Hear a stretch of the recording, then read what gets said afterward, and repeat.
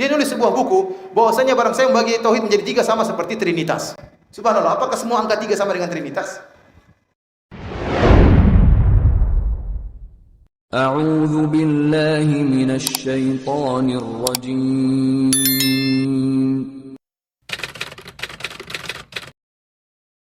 Muncul sebagian syubhat yang diserukan oleh para ahlul bidah, ya, orang-orang yang menyimpang. Mereka mengatakan bahwasanya pembagian tauhid menjadi 3. Tauhid rububiyah, tauhid asma wa sifat, tauhid al-uluhiyah adalah bid'ah, tidak pernah disampaikan oleh Nabi sallallahu alaihi wasallam, tidak pernah disampaikan oleh para sahabat, tidak pernah disampaikan oleh para tabi'in. Tidak pernah Nabi dalam hadis, bahkan hadis yang dhaif, Nabi tidak pernah berkata, ketahuilah tauhid menjadi 3. Tauhid rububiyah, tauhid uluhiyah, tauhid asma wa sifat. Bagaimana kita membantah syubhat ini? Kita mengatakan bahwasanya pembagian ini adalah dalam rangka untuk memudahkan belajar, ya. Kenapa? Karena pembagian ini, ya, memang secara teori tidak ada dikatakan 1, 2, 3. Namun secara prakteknya memang ada pembagian seperti ini. Ada pembagian seperti ini, ya.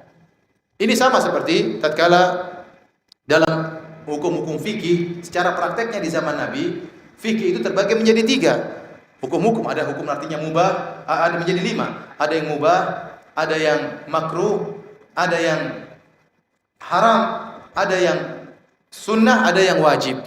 Demikianlah para ahli fikih tatkala membagi hukum menjadi 5. Dan ini tidak pernah dinyatakan oleh Nabi sallallahu alaihi wasallam. Bahwasanya ketahuilah para sahabatku, hukum fikih terbagi menjadi 5. Ini Nabi tidak pernah mengatakan, dalam hadis palsu pun tidak ada.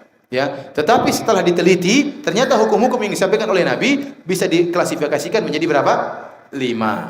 Sama, masalah bagian tauhid menjadi 3. Ini hanya sekedar penelitian, sehingga setelah diteliti ternyata diklasifikasi tauhid itu bisa dibagi menjadi apa? Menjadi 3 untuk memudahkan belajar. Ini bukan perkara yang baru, perkaranya sudah ada, cuma penjelasannya memang dengan metode seperti ini memang baru. Tapi yang dijelaskan memang sudah ada. Sama seperti kita katakan hukum fikih terbagi menjadi 5, sudah ada sejak zaman Nabi sallallahu alaihi wasallam. Hanya teori metode penyampaian hukum fikih menjadi 5 itu baru zaman sekarang, zaman para ulama. Sama seperti tatkala kita mengatakan namanya kalimat dalam bahasa Arab terbagi menjadi 3. Ada namanya huruf, ada namanya ism, ada namanya fi'il. Di zaman Nabi ini tidak ada. Ini sekedar, namun fi'il, isim dan huruf ada dalam pembicaraan bahasa Arab.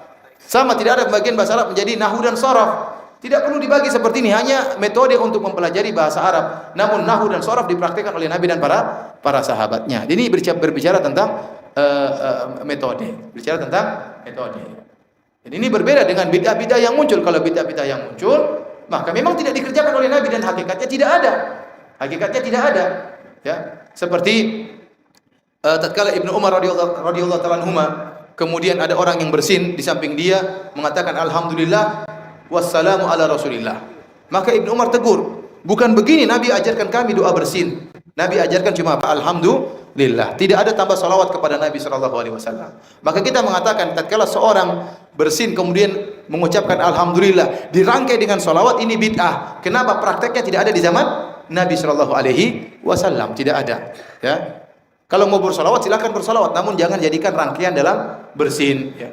Sama seperti Al-Hafidz Ibnu Hajar rahimahullah tatkala menyebutkan ada orang yang tatkala bersin dia mengatakan alhamdulillah, kemudian dia menyelesaikan surat Al-Fatihah.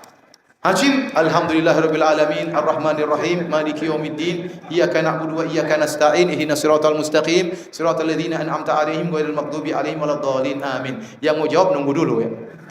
Yang mau jawab ya rahmukallah apa nunggu dulu. Kalau kita tegur kenapa kau baca Al-Fatihah? Siapa yang bilang Al-Fatihah jelek? Al-Fatihah memang baik, namun tidak perlu ente baca seperti itu. Cukup mengucapkan apa? Alhamdulillah. Nanti kalau Anda mengucapkan Al-Fatihah sampai selesai, nanti ada yang lanjutkan lagi. Waladhdallin amin, alif lam mim, dzalikal kitabul la raiba fi. Jadi doa bersin jadi panjang, ya. Jadi kita katakan ini bid'ah, tidak ada contohnya, tidak ada prakteknya di zaman Nabi. Adapun bahasa Arab, nahwu dan sharaf ada prakteknya, penjelasannya tidak ada di zaman Nabi. Paham? Sama seperti tauhid, rububiyah, uluhiyah, semua sifat ada di zaman Nabi. Kenapa? Rasulullah SAW mentauhidkan Allah dengan 3 sisi ini. Para sahabat mentauhidkan Allah dengan 3 sisi ini. Mereka mentauhidkan Allah dari secara rububiyah, mereka yakin bahwasanya hanya Allah yang menciptakan, hanya Allah sendiri yang memiliki alam semesta, hanya Allah sendiri yang mengatur alam semesta. Mereka yakin hanya Allah sendiri yang berhak untuk disembah, dan mereka yakin bahwasanya nama-nama Allah dan sifat-sifat Allah tidak ada yang menyamainya. Antum yakin Nabi memiliki keyakinan tersebut? Para sahabat keyakinan tersebut? Berarti ada dipraktekkan. Hanya saja penjelasannya terbagi menjadi 3, itu baru muncul belakangan dalam rangka metode pengajaran. Maka aneh sebagian orang, ada seorang orang ahlul bidah di daerah Yordan, ya, daerah sana, daerah Suriah dan Yordan. Dia nulis sebuah buku bahwasanya barang saya membagi tauhid menjadi 3 sama seperti Trinitas. Subhanallah, apakah semua angka 3 sama dengan Trinitas? Apakah semua angka 3 sama dengan apa? Trinitas. Berbeda antara pembagian Trinitas bahwasanya Allah Bapa, Allah Anak, Allah Ibu, ya, atau Allah Rohul Kudus, ini tidak sama dengan masalah tauhid menjadi 3, karena 3 tauhid ini dipraktikkan oleh Nabi sallallahu alaihi wasallam. Siapa yang ragu bahwasanya Rasulullah SAW mentauhidkan Allah dari sisi rububiyah? Tidak ada yang ragu. Rasulullah pasti yakin yang menciptakan alam semesta hanyalah Allah Subhanahu wa taala. Dan siapa ragu Rasulullah SAW mempraktikkan tauhid uluhiyah? Rasulullah SAW tidak pernah beribadah kecuali hanya kepada Allah. Dan siapa ragu Rasulullah SAW mentauhidkan asma sifat? Karena Rasulullah SAW yakin tidak ada yang menyamai Allah dari sisi nama-namanya dan dari sisi apa? Sifat-sifatnya. Jadi yang pembagian 3 tauhid menjadi 3 hanyalah dari sisi apa? Metode. Kemudian para ulama juga menyebutkan, kenapa timbul pembagian seperti ini? Timbul pembagian seperti ini karena konsekuensi pembelajaran. Karena ada orang-orang yang menyimpang. Sebenarnya syariat ingin tauhid satu kesatuan, tidak perlu dibagi. Saya ulangi. Sebenarnya Islam ingin tauhid menjadi satu kesatuan. Namun karena ada sebagian orang yang salah paham tentang tauhid, sehingga dia hanya mengamalkan sebagian tauhid, sebagian dia selisihi. Maka perlu ada pembagian dalam rangka untuk mengembalikan menjadi satu. Para ulama telah menyatakan, barang siapa yang hanya mengamalkan tauhid rububiyah, tauhid uluhiyah, asma sifat tidak dia imani, kafir atau tidak kafir. Barang siapa yang hanya meyakini tauhid rububiyah, tauhid uluhiyah, tauhid asma sifat sementara rububiyah tidak dia yakini, dia kafir. Barang siapa yang hanya meyakini tauhid uluhiyah, meyakini rububiyah dan asma sifat uluhiyah tidak diyakini, maka dia kafir. Maka ini dalil bahwasanya syariat ingin 3 tauhid ini menjadi satu, bukan untuk memisahkannya, tidak. Jadi pembagian tersebut tujuannya untuk apa? Menjadikan apa? Satu. Karena tidak boleh orang hanya beriman dengan salah satunya. Saya ulangi, pembagian yang dijelaskan oleh para ulama tujuannya untuk apa? Menjadikan satu. Kenapa ada pembagian tersebut? Karena ada sebagian manusia yang beriman dengan sebagian dan meninggalkan sebagian. Ini sebabnya. Ya, ini sebabnya. Ya. Oleh karena para hadirin Subhanahu wa taala, di antara bukti ada sebagian manusia yang beriman dengan sebagian tauhid dan menyimpang sebagian tauhid adalah seperti orang-orang musyrikin Arab. Orang-orang musyrikin Arab, Allah berfirman tentang mereka dalam surat Yusuf ayat 106, kata Allah, "Wa ma yu'minu aktsaruhum billahi illa wa hum musyrikun." Tidaklah kebanyakan mereka beriman kepada Allah kecuali mereka syirik. Seakan-akan Allah berkata, tidaklah kebanyakan mereka bertauhid kepada Allah, tapi mereka berbuat kesyirikan. Lah, ini iman yang mana, syirik yang mana kalau begitu? Di sinilah butuh pembagian. Ternyata mereka beriman dengan sebagian dan syirik kepada sebagian. Dari sini setelah diteliti tentang tafsiran-tafsiran para sahabat tentang ayat ini, ternyata orang-orang musyrikin Arab mereka beriman tentang rububiyah. Mereka beriman bahwasanya Allah Maha Pencipta, Allah Maha Pemberi rezeki. Namun waktunya ibadah, mereka juga beribadah kepada wali-wali Allah, kepada orang-orang saleh, kepada Lata dan Uzza. Jadi pembagian tersebut muncul karena konsekuensi adanya penyimpangan. Paham? Sekarang Anda bagaimana menjelaskan bahwasanya orang-orang musyrikin Arab menyimpang? Kalau ditanya, mereka bertauhid atau tidak? Mereka bertauhid. Mereka syirik atau tidak? Mereka juga syirik. Loh, kok bisa bertauhid sekalian syirik? Nah, baru bisa kita jelaskan.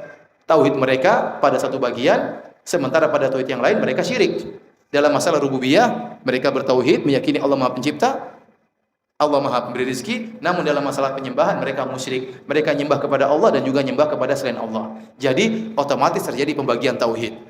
Paham maksud saya? Sulit atau tidak? Setengah sulit ya. Jadi saya ulangi. Perlu diulangi lagi? Perlu diulangi lagi?